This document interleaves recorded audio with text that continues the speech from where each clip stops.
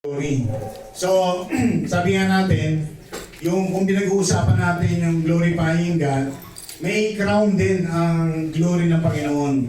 So, basahin natin to, 1 Peter 5. So, meron tayong tinatawag na 5 crowns na i-reward ng Lord pag tumating siya. At isa sa mga crowns na ito, ang crown of glory. Sabay-sabay natin uli, basahin to. The Bible describes 5 heavenly crowns. Imperishable, righteous, life-giving, rejoicing, and glorious, given by God's grace as rewards for faithful living. These crowns allow us to live with eternal values, persevere through trials, and serve others with joy as we keep our focus on Christ and His promises.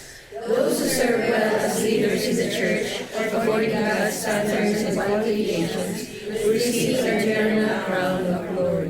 So, yan po. So, actually, yung di-discuss natin niya, isa lang yun. The crown of glory. No? Although there are 5 of them. Share your opinion on how a Christian shift his desire for earthly success to heavenly or eternal crown of glory. Sabi ko nga kanina, kahit na naging Kristiyano tayo, may ambition pa rin tayo.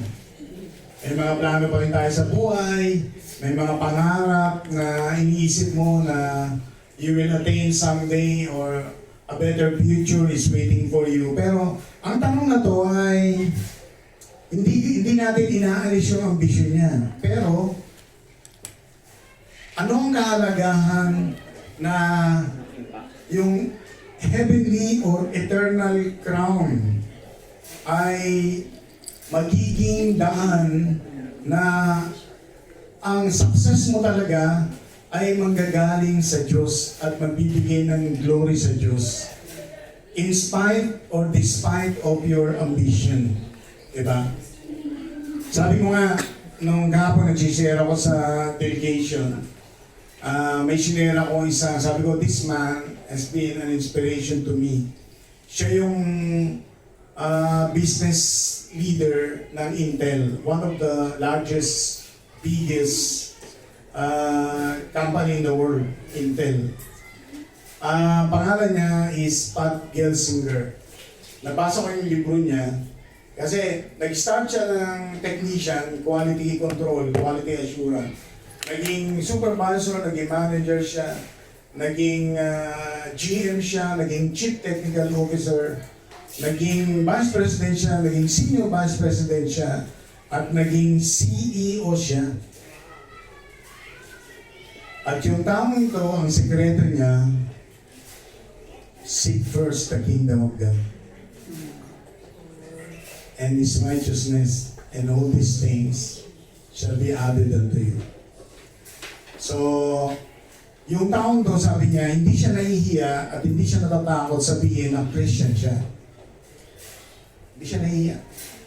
At hindi siya natatakot.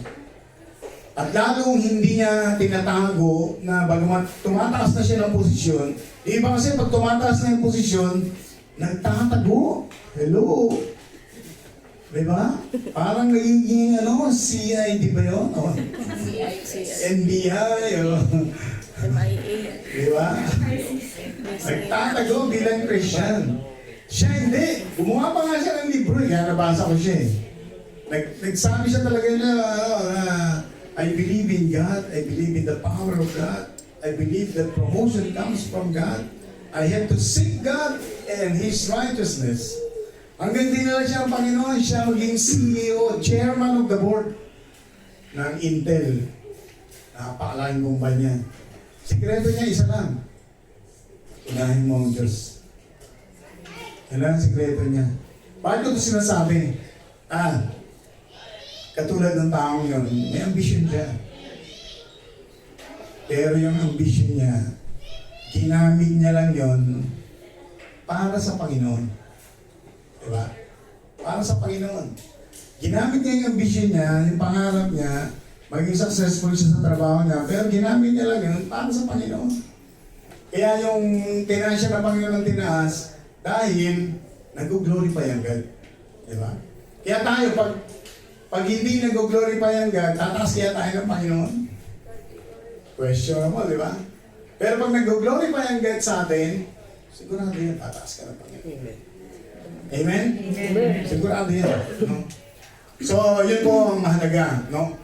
Sino gusto sumagot dyan? Paano masiship ngayon? Yung in-share ko, yun ang isang example na pwede mong gawin. Gamitin mo yung ambition mo para i-connect mo sa purpose ng God. No? Hindi naman natin sinasabi kalimutan mo yung ambition mo. Pero ang mahirap doon, kalimutan mo ang Diyos. Dahil sa ambition mo, yun ang medyo mabigat yun, di ba? Hindi siya tama. Diba? Oh, wala nang gusto sumagot. Paano tayo kakain niya? Ayan, lately po kasi, ini-impress po ng Lord sa akin na mag-aral ako ulit. Yung pag-aaralan ko po, yung passion ko talaga. At ang passion ko po ay sa health and wellness. So dun sa wellness po, gusto ko po matutong ang tawag dito, lymphatic massage, parang ganyan. So ngayon habang nakikinig po ako sa inyo, hindi ko po alam bakit yun ang gusto ng Lord. Kasi siguro ang gusto ng Lord, yung habang na-message ko yung tao, siguro, ipag-pray ko siya or share ko siya ng word of God. Parang, yun po, habang nakikinig ako sa iyo, yun yung ini-impress ng Lord. So, sabi ko nga sa sarili ko, parang nakakahiya naman na pag-aaralan ko yung yung mag-massage na lang, parang ganun. Pero hindi yun eh. Gusto ko mag-isip beyond doon sa passion na gusto ko. At yan po, praise the Lord po at naka-attend po ako dito at nakapakinig po ako ng ano yung message ng Lord sa akin. God bless everyone. Praise the Lord. Yan. So, naisip na paano i-connect, di ba? I-connect mo yung God sa ginagawa mo, di ba? Sino ba yung gusto mong sumagot? Wala. Tuloy na. Number 1. Glorify God in shepherding the flocks. Sinulat ko ni Peter. Basahin natin ito, verse 1. Therefore,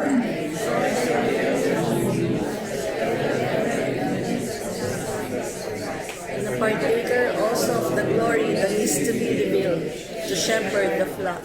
so paano tayo magkakaroon ng crown of glory? In example, siguro yung role ni Peter, siguro na nababasa niyo from the gospel, si Peter laging bida. Napansin niyo? Lagi siyang bida. Praise the Lord, yung crown of glory, sumulat siya tungkol sa pagiging bida. Na siya yung shepherd. Di ba? At anong gagawin niya? To shepherd the flock. Pero maganda yung sinabi niya, tamo, therefore, I exhort the elders among you as your fellow elder and witness. Sabi niya, Peter called himself fellow elder and not above others. Natuto na siyang magpakumbaba. Diba? Kasi yung sa gospel, parang siya lagi yung bida eh. Diba? May nagtanong pa nga, sino umuupo sa tabi ni Jesus Christ pagdating sa langit? Parang nagmamataasan sila. Diba? Dito, sinabi ni Peter na walang higit sa isa. We are just fellow. Pagkakasama lang tayo para-pareho. He included himself as witness of Christ's suffering. So, dito sa mga talatang ito, Psalms 23, ito yung si Jesus Christ. Sinabi niya, I'm the good shepherd. He lead me. He lead me. Ibig sabihin, pag ikaw ang shepherd, kunyari, Bible study, ang shepherd na to ay ang Bible study leader. Pag ikaw ay nasa ministry, ito yung ministry officers. May mga kayo, team. May mga flock kayo. So yung role ni Peter, role nyo. Na dapat ma-realize nyo na ang sinasabi ni Peter dito, magkakaroon kayo ng crown of glory. Tignan nyo kung yung role nyo ay nagagawa nyo. Diba? Yan po yung pinag-uusapan natin. Number 1, glorify God. May question tayo. Name good examples from the Bible or encouragement for more Christians to act in shepherding the flocks. Meron ba kayong mabibigay na example na sa Bible o kaya sa karanasan ninyo paano nyo gagawin yung shepherding the flocks, no? Ano sa tingin nyo? Kasi yung iba niyan, sa totoo lang, ayaw maging leader. Ayaw niya maging shepherd. Diba? At minsan, kahit yung sarili niya, dinidiscourage niya. Diba? Hindi, ayaw akong maging leader, ikaw na lang. Diba? Ikaw na maging MC, ikaw na lang. Diba? Parang ganyan. So, ano yung magandang example na maging encouragement sa tingin niyo? Sister Kate. Ako pa, personally, tuwing ina-assess ko po yung sarili ko, tapos yung mga nilalagay ng Lord under me. So, lagi ko pong naisip, pag nadi-discourage na po ako, lagi po nire-remind sa akin ng Lord yung question niya kay Peter, na sabi niya, Peter, do you love me? Diba? Tapos sabi ni Peter, yes Lord, and 3 times tinanong siya ng Lord. At ang sabi ng Lord, feed my sheep. Diba? And my Take care lambs. of my lamb, like feed my sheep. Parang ganun yung sabi nila. Tapos nakita ko yung sabi ko, ito pala yung response ko sa love ng Lord. So yung love na yon na para sa Lord, yun yung pinaka-encouragement ko din to continue. Kahit na maraming discouragement, maraming matitigas ang ulo, mabagal yung growth, pero pag yung as much as you're doing kung ano yung nais ng Lord sa buhay mo, ang Lord pa rin yung yun yung magre-reward, siya pa rin yung magpapalago. So sa atin, ginagawa lang po natin yung nais na paggawa ng Lord sa atin to truly love Him, and in that, ipakita natin yung love natin through shepherding sa flock. So yun po yung patuloy po na encouragement sa akin. Yan, magandang example yun na binanggit niya yung si Jesus Christ nung nagpapaalam na siya, di ba? Tinanong niya si Peter tsaka yung mga kasamang disciple na, do you love me more than this? Diba? Tanong ni Jesus Christ. Mahal mo ba ako kaysa sa mga to? Mga bagay na nandun, pagkain, o material na bagay. Sumugot nga si Peter, yes, you know Lord that I love you. Pero 3 beses na inulit nga ng Panginoon sa kanya. So next, willing heart without constraint, glorify God. Basahin natin to, verse 2. Shepherd the flock of God. That is among you, exercising oversight, not under compulsion, but willingly as God will have you. So sabi sa verse 2 ni Peter, siya yung nagsulat niyan, pag ikaw ang sabihin na natin, dito kasi shepherd o leader ka, officer ka, sabi ganon, hindi maganda na nakikita ng Panginoon sa atin, napipilitan lang tayo. Diba? So bali, dapat gawin natin yon na andun yung puso natin. Yeah? Na willingly, diba? Sabi nga not under compulsion, but willingly. So, tanongin mo yung katabi mo, willing ka ba? Willing ka ba? Ito, baka hindi tayo willing, di ba? So, kailangan willing tayo. Lalo na, simula pa lang ito ng taon. Di ba? Kailangan willing tayo gawin yung ating pinagkatiwala sa atin ng Lord. So, a willing heart without constraint, glorify God. Kasi pag hindi tayo willing na gagawin natin yung ministry work natin, hindi nag-glorify ang God. Sa totoo lang. No? What may be the role of God's grace to help us focus and receive this crown of glory? Ano ibig sabihin ng tanong na to? Naniniwala ba kayo na pag ikaw tinawag ng Diyos at tinayo ka ng Diyos, sabi ganon, hindi ka makakatayo pag walang God's grace? Diba? So ibig sabihin lahat tayo ay mayroong tinatawag na God's enablement. Katulad ng tinatawag ni Michael kanina. Paano kung hindi ako marunong magsalita, hindi ako magaling magsalita? May God's grace. Ano sagot? May God's grace. So, halimbawa ito, yung puso mo hindi ayos sa Panginoon. Parang sa simula, parang napipilitan ka lang. Isang taon na akong may hawak niyan, dapat iba naman. Sana palitan lang ako. O ang gagawin ko ngayon, tatamad-tamad ako ngayon. Para pag nainis sila sa akin, papalitan nila ako. Minsan, ganun tayo, di ba? Di ba? Hello. Pero sa totoo lang, nakikita ng Lord yung puso natin. Kaya mahalaga na pag tayo po inilagay ng Panginoon sa ganon, dapat yung puso natin nasa tama. No? Meron tayong willing heart, hindi tayo under compulsion kasi we can never glorify God. Diba? We can never glorify God. So, ano yung role ng God's grace? Ano yung pwedeng itulong sa inyo ng Diyos? Ibig sabihin. Diba? Sa ganyang attitude. Sa tingin nyo. Pag medyo nato ka sa alanganin, parang nagdadalawang isip ka kung tatanggapin mo talaga o gagawin mo talaga. O kaya sabi, hindi, ako mag-aasawa na ako eh. Ako na talaga. Talaga. Ako na talaga. O diba? Yung iba naman. Ako kasi lilipat na ako ng ng company. Yung oras ko, iba na eh. Diba? Mahirap yung pag ganon. Kasi pag baka magulat ka, tanggalan ka ng Panginoon ng tanggalan ka ng ganito, tanggalan ka ng ganito, tanggalan ka ng ganito, pabalik ka ulit sa Lord. Sino gusto sumagot? Anong God's grace ang kailangan natin? Anong biyaya ang kailangan natin? Pag gano'n naman nasa puso natin. Wala. Ibig sabihin na enable na kayo lahat. No? Hindi nyo na kailangan ng God's grace.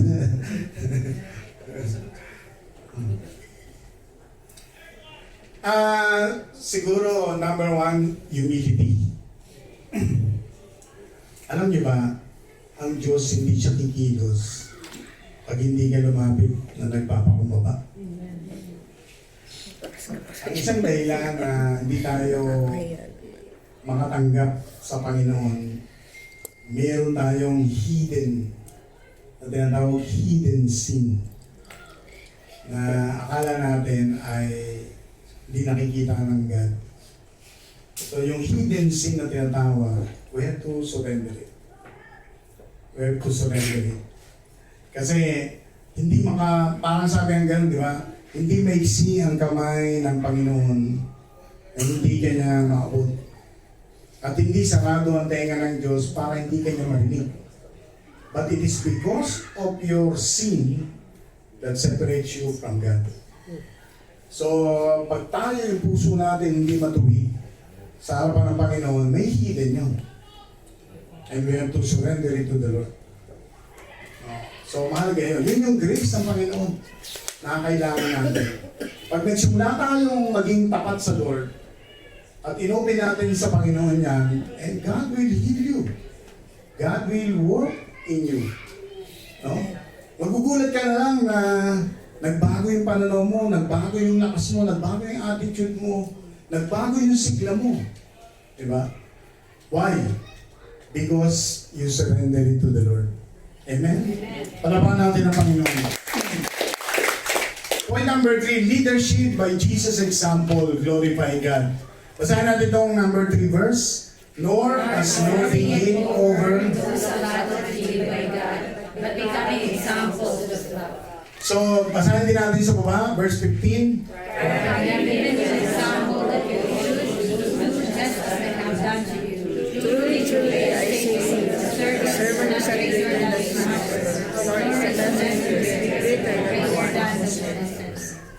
So, si Jesus yung nagsasalita sa John, pero naranasan niya ni Peter.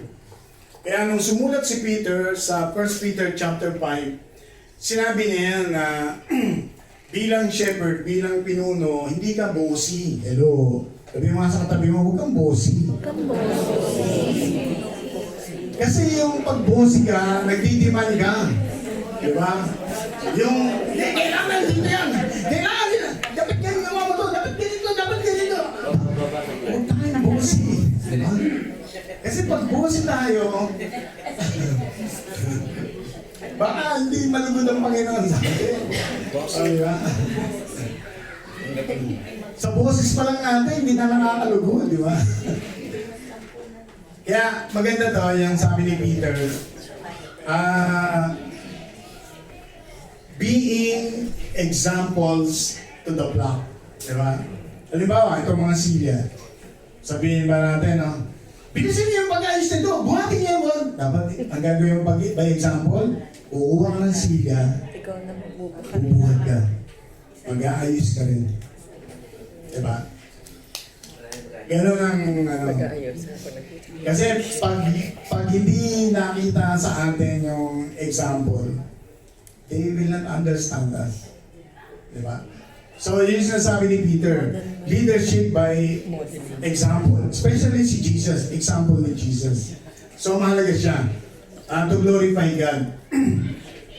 Name some practical ways to demonstrate leadership by example to glorify God. O practical ways, madali lang ito.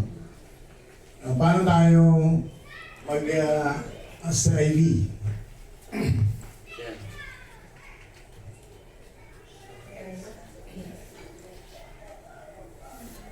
Siguro lahat ng LCs or assistant LCs can relate to it. Practical po yung sa Zoom meeting.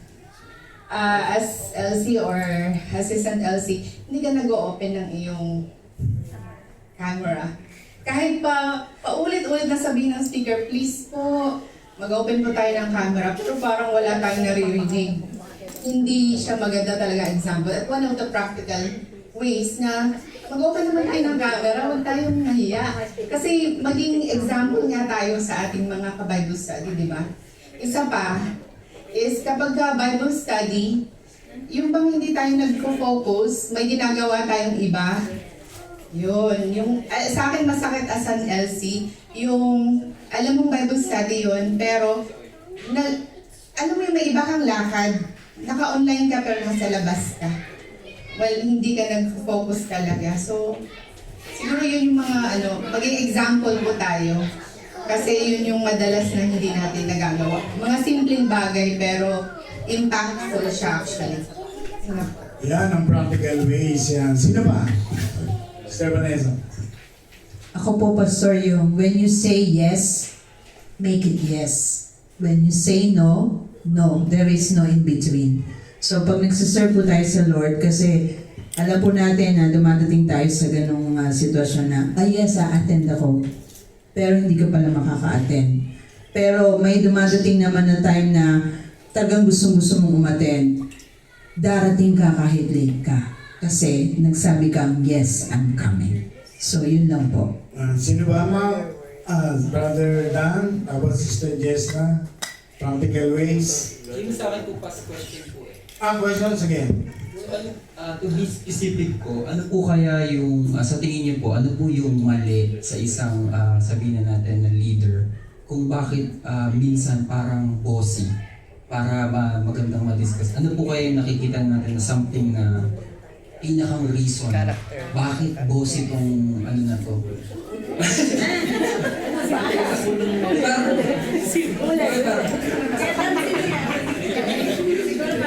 Magbigay daw po ng Ano, si Pixel ba sinasabi mo?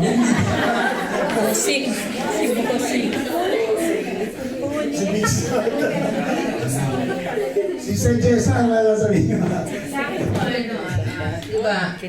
Dati kasi parang nasabihan ako ng masyado akong bossy. Pero hindi sinabihan, kasi sometimes, kasi yung intention or the way mo silang sinasabihan, kasi naniniwala ako, ang pagiging leader, dapat lagi kang ever ready. Diba?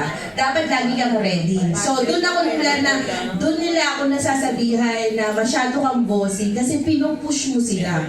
Sasabihin ko sa kanila, ikaw ang presider, ikaw ang song leader. Why I tell them? Kasi lagi kong sinasabi sa kanila, ang takbuhin ko talaga parang bilang mananampalataya at tinawag mo or tinanggap mo si Jesus bilang Panginoon tagapagligtas. Follow the example as I follow the example of Christ.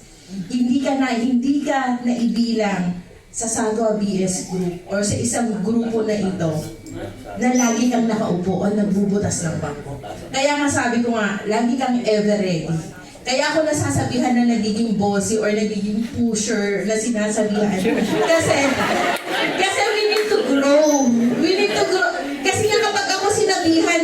sister, mag-pray ka, ikaw mag-devotion. Lagi akong ever ready na, sige sister, kahit may pinagdadaanan ka or meron kang mabigat sa sarili mo or sa buhay mo, hindi mo yun hinahawakan eh. Kasi nga, alam mo na kasama mo ang Panginoon, itatawid ka ng Panginoon na yun. Yun ang nais kong ipinapasa sa Kanya. Kaya nga sabi ko nga, bilang isang leader as an encouragement, makita ko lang kayong tumatayo at nagpapatuloy at hindi namamatay yung tinanggap mo na fires ng Holy Spirit sa buhay mo na dapat lagi yan nag-uumapaw kasi kung lahat ay iindap-indap tayo, paano na? So yun lang yung bagay na maibibigay ko. Maraming umaalis, maraming napopromote para pumunta sila sa ibang bansa. Pero wag mong puputulin yung inumpisa mo ng paglilingkod sa Panginoon. At hayaan mo, God will sustain everything. Yun lang, wala nang iba. Kaya nga sabi nga ni Sister kanina, si Sister Marika, meron siyang ginawang good deeds din sa isang kapatiran namin sa Satwa. Pero sabi ko nga kay Sister, alam ko, hindi yun hayag, pero sabi niya, bakit mo nalaman? Kasi nga, may follow-up eh. Hindi ko kayang ibigay lahat ng pangangailangan ng aking mga kapatid as a leader. Pero nandun yung pananalangin. At yun lamang po ang maibibigay ko sa aking mga kapatid. Lord, tawagan natin ang Panginoon. At Sister Mona, sige. May dagdag lang po ako. Kasi, syempre, kahit po ako na bigyan po ng chance ng Lord na makapag-lead din po. Para po kasi sa akin, iba kasi yung leader ka, na strict ka, at meron siyang leader na nagde-demonstrate ka na mayabang ka kasi talautos ka lang. Parang point ka ng point pero hindi mo naman ini-appoint yung sarili mo. So para po sa akin parang ano yung makikita ng mga taong to na sige ikaw yung presider, ikaw yung speaker. Pero parang ikaw panood-dood ka lang sa kanila. Hindi ba munang umpisahan mo na ikaw mismo as a leader, makita nila nag-preside ka, nag-speak ka, and at the same time, makita nila na ganito pala siyang gagawin. So may susundan sila. Pero naman po kasing, naalala ko meron na po ako naging mentor. Sobrang higpit niya po talaga sa akin. Actually, parang yung sa sobrang higpit niya, minsan nasasakal po talaga ako sa Pilipinas. Pero may mga sinasabi din siya sa akin na iniisip ko, bakit kaya ganito tong leader na itong magsalita sa akin? Parang hindi niya na kinukonsider yung aking damdamin. Parang ganun po ba? Pero, tinulungan ako ng Lord kung paano maintindihan yung leader na yun. And praise God, naunawa ko siya. Ang pinagsisilbihan kasi natin ay King of Kings, the Lord of Lords. And habang nakikinig ako sa kanya at nakakarinig ko ng preaching, nakakabasa po ako ng Bible, may confirmation ng Lord. May standard po ang Panginoon kung paano natin siya paglingkuran. So kung titingnan natin sa mga company nga natin, ang gusto ng boss natin, perfect yung work natin. Hanggat maaari walang maiwan ng trabaho. What more sa ating Panginoon? Kaya ngayon po naunawaan ko talaga yung mga leaders na strict sila when it comes in serving the Lord. Napaka-organized. Dapat parang lahat ng detalye dapat nandoon. And isa po sa pinagpapasalamat ko kay Ate Sha. Alam naman po natin si Ate Sha lagi naka-time out. Ayan. Ngayon naintindihan ko po siya. Actually, nag-open up din ako kay Ate Sha na talagang dati parang iba yung napipressure ako. And kapag kayong may mga sinasabit sa kanya, talagang may mga correction. Sabi ko nga, nakita ko na. Kasi one time, nasa villa po kami, nagpa-practice. Nakita ko siya, nagta-type ng song. Tapos sakit na sakit yung likod niya. Sabi ko, Tisha, anong ginagawa mo? Sabi niya, natype kasi ako ng ganito. Sabi ko, kasi yung mukha niya nakawiwi. Sabi ko, ba't may masakit? Sabi niya, masakit yung likod ko. Nakita ko po, na nag-lead siya, pero kumikilo siya. Naghihigpit siya kasi merong pong dapat ayusin. Ibig sabihin, katulad po sa church natin, kaya kailangan niya mag-time out para hindi tayo mag-extend. So, ibig po sabihin, all things work together for good talaga to those who love God. Siguro nasa atin na lang po yun bilang isang Kristiyanong tagasunod kung paano natin siya may apply din sa sarili natin or kung paano natin titingnan yung isang leader po.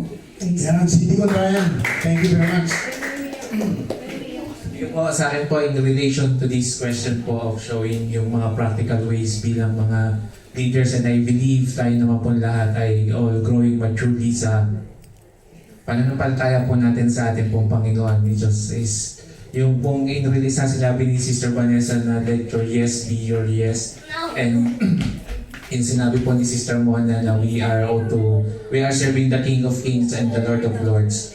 Pero if we cannot exercise po to be on time sa mga gatherings po natin, then hindi rin po tayo nagiging good example as mga leaders. Tayo po ay mga LCs, mga deacons, tayo po is mga tinalaga ng Panginoon Diyos to lead the flock. Pero kung tayo po mismo hindi po tayo makasunod dun sa time na sinet po natin, then we are not being glorifying din po ang ating po Panginoon Diyos. Amen po. Yan, praise the Lord. Any question? Sige, last. Practical ways, yung tinuro po ni Dad before na FATH, which is faithful, available, teachable, and humble. So I think that is one of the best examples in our church on how he exalts that kind of attribute or characteristic on how we should glorify God. Lalo na yung mga ministry heads and LCs na dapat tayo yung front runners ng how we should be FATH servants of God, you know. Yan. So, praise the Lord. Last na to, no? Number 4, last time. So, sabay-sabay natin basahin, last verse. And when the shepherd appears, you will receive the unfading crown of glory. Last verse na ba? When Christ, who is our life, is revealed, then you also will be revealed with Him in glory. So point number 4 natin, faithful servants to receive crown of glory. So, in short, kung ang buhay natin sa anumang ministry tayong niligay ng Panginoon, hindi binibilang doon yung kung marami tayong nagawa. At kung ilang activity ang nagawa natin for the year. Ang mahalaga kasi yung naging tapat ka ba? Kahit maliit lang yan o isa lang yan, pero kung naging tapat ka, you are entitled to receive the crown of glory. Amen? Palapakan natin ang Panginoon. So despite focusing on eternal values, what are life challenges and in the ministry to persevere?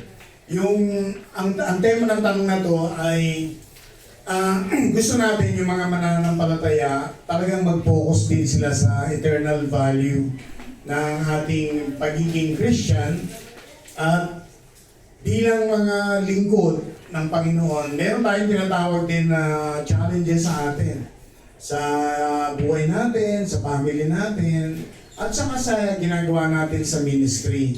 To persevere, ibig sabihin hanggang saan tayo magtsatsaga, hanggang saan tayo makalampas, diba? Or mag-move forward.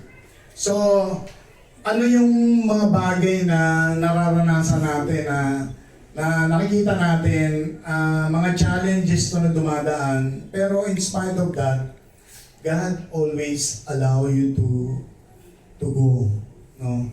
Kasi, siyempre, imposible na wala ka naman nararamdaman na challenges sa ministry mo.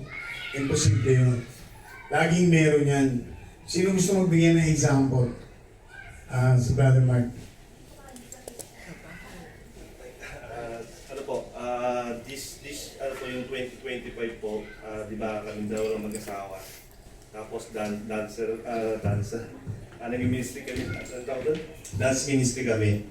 So, nung dumating po yung mga anak namin, di ba po? At siyempre, tatlo yun. Tapos po mahilig pa. So, pagka Thursday, tapos yung uwi namin 6 p.m. So, pag Thursday talagang gahol kami. Kasi uwi pa kami, gusto pa namin si Teo. Tapos, ano ko lang kumbaga, gusto ko lang ikwento. Kung paano kami, ano tawag doon, yung sinusustain ng Panginoon. Kasi na-amaze ako kasi, despite na ganung pagod ka na sa trabaho, tapos nakaka-amaze kasi hindi, ang binibigay sa akin ng Panginoon is privilege na makapaglingkod sa Panginoon. Kaya, And then, tapos ano pa, yung kapartner mo pa, nakikita mo na seryoso din siya sa paglilingkod ng para sa Panginoon. Kaya, yung ganung challenge parang mas lalo ka pang lalakas kasi may parang na ano mo sa sarili mo na parang na testing mo yung paglilingkod mo sa Panginoon is talagang seryoso. Yun po. Maganda po yan. Yan ang mga makikita natin. Kasi alam niyo ba, babalikan natin na may ibang mga worker, lalo na leader, halimbawa, katulad ng example niya, nagkaroon ng isang anak, minsan dahil sa anak na yun, mas madalas umabsent.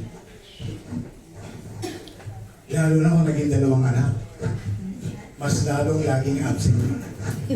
Lalo na pag naging tatlong anak, naku, hindi mo na makikita. Ano ibig sabihin?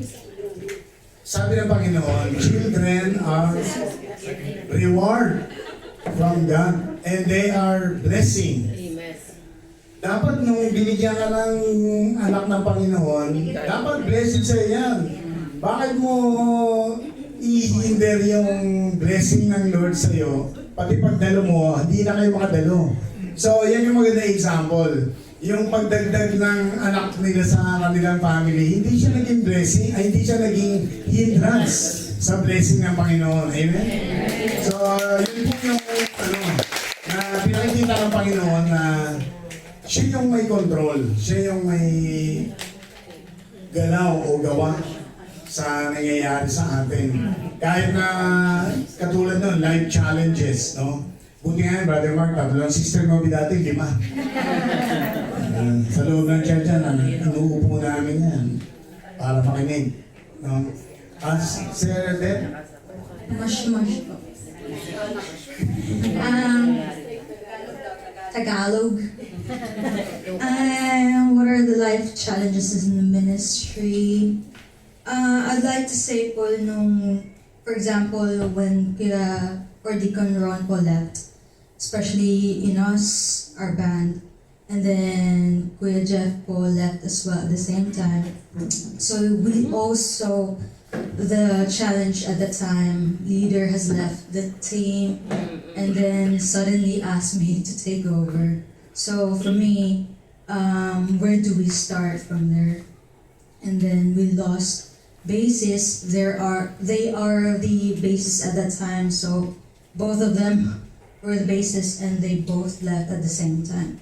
So God made a way na to send Kuya Jerome, and yung nandun na po yung heart niya to join the ministry. So even if he attended, but then it came to a point na at that time, dun din siya nag-commit. So God is really giving us the perfect timing. Even now, or when Kuya Aris left, the struggle of our team na when Kuya Angelo is not there or he's on duty, somebody has to play. And I praise the Lord kasi God as well gave me the knowledge. I'm not good enough, but then I have the knowledge. So I praise the Lord na at some point nakakasabay, we got somehow we surpassed the challenge because God is helping us. And hindi talaga naglalak, kasi when I shifted at some point in drums, God gave Aliyah Barca. So somebody is there to play in keyboard. And at that time as well, Kuya Kaloy was in the Philippines. I was like, this is your time.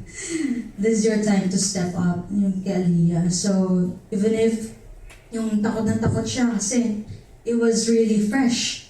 But then God gave that commitment sa kanya, the passion to serve the Lord, that time, the availability.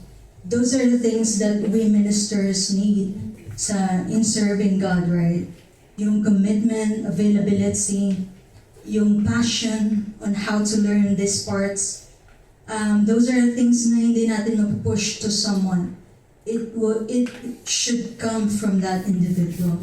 And so we thank God because really the Lord is moving in our ministry, in our lives, and we are thankful to say that in the drums ngayon, we conducted the assessment 2 weeks ago. Those trainees, sila Uno, Jayer, Ellie, and did I miss anyone? That's it. That's all. Si Aliyah kao nga on acoustic. So I told them na we conducted this assessment because I want you to become part of the ministry dedication service. And so we are so thankful na during the 2025 hindi consistent yung trainings namin physically, but then they were pushed and encouraged by their parents na to practice despite being at home. So talagang nandun yung sipag, the hard work, and the time for them to practice and learn the songs whenever there is lineup na. So praise be to God, to the parents and to the kids. Kasi kahit naman i-push yun ng parents if those kids wouldn't really play, hindi siya magpa-prosper. So yun po, we thank God for what He is doing in our ministry, and I'm telling them na they will start na sa stage, and I told them everything they need to do, and praise God kasi one service po we will see them on stage with us, and we are really thankful because God provides not in our ways, not in our time, not according to how we want it to flow, but according to His time. Even now po sa keyboard or acoustic, we have new 2 members na trainees, si Kuya Joey and Kuya Vidal. So, si Vidal. So, praise God po for that, na truly God sends people, and we continuously need to pray for those laborers na who are faithful, available, teachable, and humble, because that's what our ministry needs. Praise be to God po. Praise the Lord. So, yung sinishare lang sa atin ni Sister Deb, yung karanasan nila sa band, na napakabigat siya talaga. Na kasi yung mga dating mga, sabihin na natin, they're very skillful na nag-aalisan, tapos na naiwan sila, kulang sila, tapos hindi mo alam, tapos si Brother Aris nga, bigla rin siya umalis. Pero makikita mo talaga yung galaw ng Panginoon, na hindi pwedeng mahuli ang Diyos sa atin eh. Di ba? Yung pag umalis yung taong yon, may nakaabang na. Makikita mo yung galaw ng kamay ng Panginoon. Kaya tama yung pananaw na ang Diyos, He is always ahead. No? Yung batang sinasabi niya, si Aliyah, nakakatuwa lang kasi pupunta mag-isa dito yun. Galing sa school. Pupunta siya mag-isa, Thursday, at naiiwan siya mag-isa. Dahil minsan nagpa-practice pa sila. Yung kusang loob ba, kasi kung ibang bata yan, di, wala. It should be easy. Relax, di ba? Pero hindi, yung puso nga, ano na ng Panginoon yun. Pag ganun, Panginoon na yun. Na hindi mo masasabi na pinilit lang siya, diniman siya, hindi ganun. Kasi, hindi mo pwedeng pagsabihin yun eh. Di ba? So, kusang loob niya yun. Parang ganun. So, napapasalamat tayo sa Panginoon sa mga challenges na yan, na all things work together for good to them that love God. Amen? So, luto na tayo. Ito po yung keep running and achieve for God's glory. Yan po yung 5 crown na naghihintay sa atin. At naniniwala tayo na darating yung time, sabi ng 2 Corinthians 5:10, we must all appear before the judgment seat of Christ, so that each one may receive what is due or what he has done in the body, whether good or bad. So, tayong lahat, naka-entitled tayo sa mga crowns na yan. Living in light of the heavenly crowns means to always live with an eternal perspective and to remember that how we live on earth. Palapakan natin ang Panginoon. So, basahin natin ito at last point natin, I pray that Christians who strive to be responsible and grow spiritually, accepting God's challenge and focus on eternal values for God's glory.